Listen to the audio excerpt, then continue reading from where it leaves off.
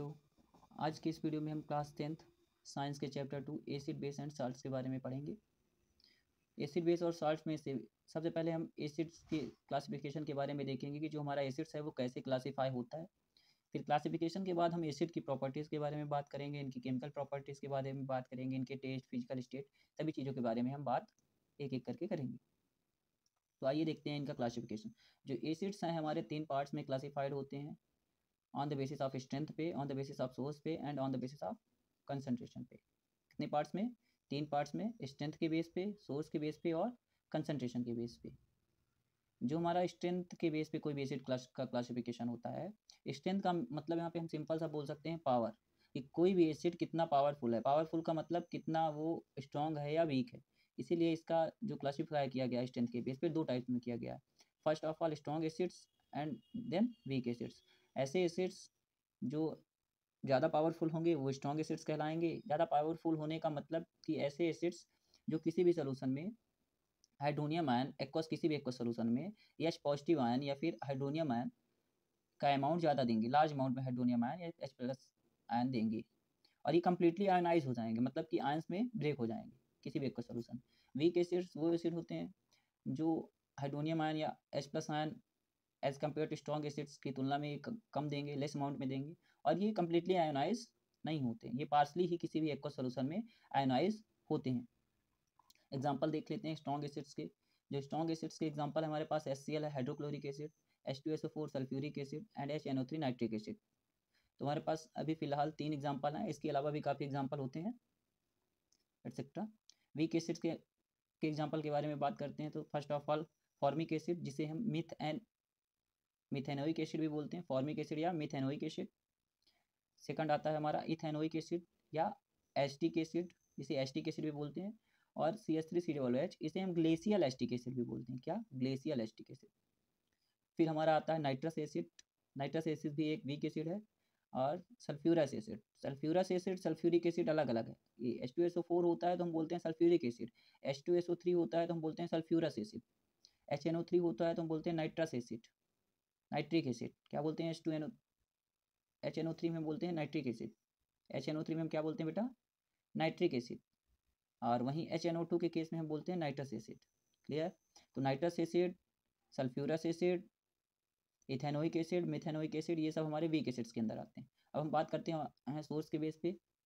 Source के base पे हमारे एसिड्स जो होते हैं 2 टाइप्स पे डिवाइड करते हैं, organic acids and inorganic acids. Organic acids ऐसे एसिड्स होते हैं जो बेसिकली प्लांट्स और एनिमल से ऑब्टेन किए जाते हैं और ये नेचुरली ऑकरिंग एसिड्स हैं, प्राकृतिक रूप से ये पाए जाते हैं। ये किसी भी सोल्यूशन में ऑर्गेनिक एसिड्स कम्प्लीटली आयोनाइज नहीं होते हैं, मतलब कि पार्सली आयोनाइज होते हैं। आयोनाइज का मतलब इनका आयोनाइजेशन 100% नहीं होता है। Organic acids generally weak acids होते हैं। क्या होते हैं? Weak acids. जैसे हम देख रहे हैं ये हमारा वीक एसिड था जिसको हम फॉर्मिक एसिड बोल रहे थे, ये हमारा ऑर्गेनिक एसिड्स भी है, फॉर्मिक एसिड, जिसे मिथेनोइक एसिड भी बोलते हैं, एस्टिक एसिड, इथेनोइक एसिड, और ये हमारा है COOH होल ट्वाइस, जिसे हम ऑक्सैलिक एसिड बोलते हैं। क्या बोलते हैं? Oxalic acid. ये भी हमारा ऑर्गेनिक एसिड्स के अंदर आता है।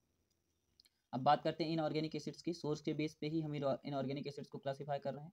जो इनऑर्गेनिक एसिड्स होते हैं वो हमारे बेसिकली इनऑर्गेनिक कंपाउंड्स होते हैं। कैसे कंपाउंड्स होते हैं? इनऑर्गेनिक कंपाउंड्स होते हैं।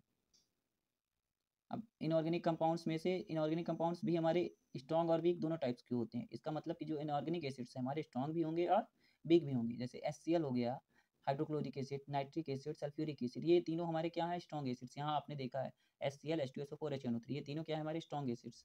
ये इनऑर्गेनिक एसिड्स के एग्जाम्पल है।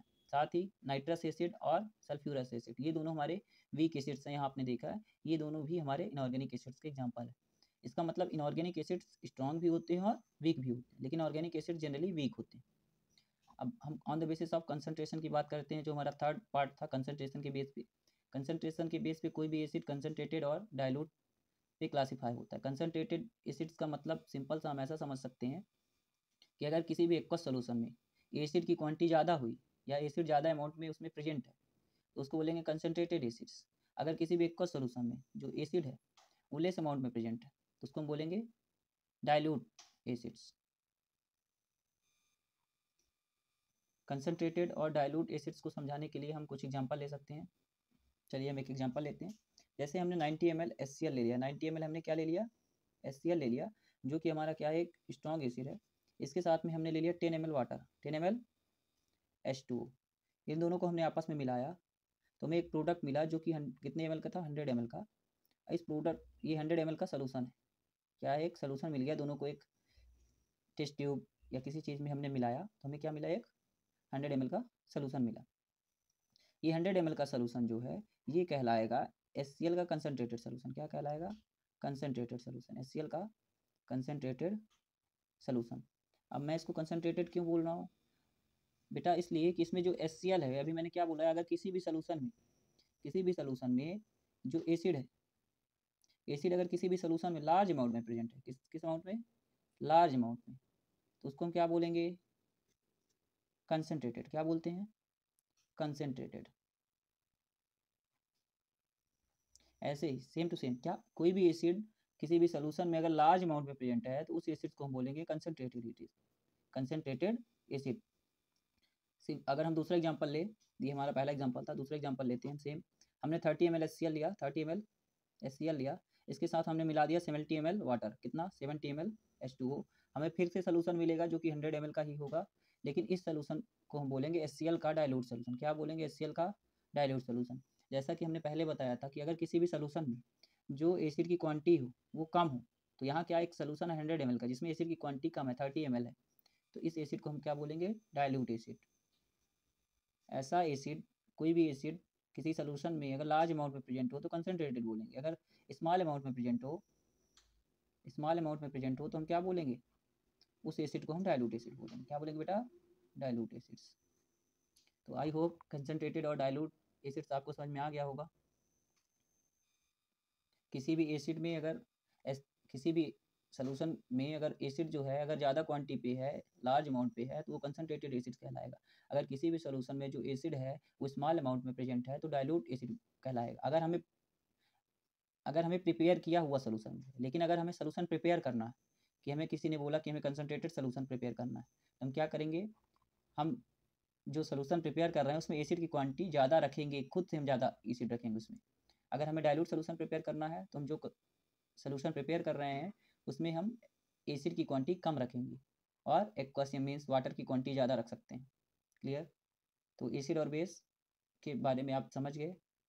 एसिड बेस और साल्ट हमारा चैप्टर था जिसमें से सबसे पहले हमने एसिड्स का क्लासिफिकेशन आपको दिखाया। तो एसिड का क्लासिफिकेशन कंप्लीट हो गया है। अब नेक्स्ट वीडियो में हम बात करेंगे एसिड्स के प्रॉपर्टीज़ के बारे में कि एसिड्स हमारा कैसा होता है टेस्ट में, फिजिकल स्टेट कैसी होती है, इसके केमिकल प्रॉपर्टीज़ के बारे में बात करेंगे।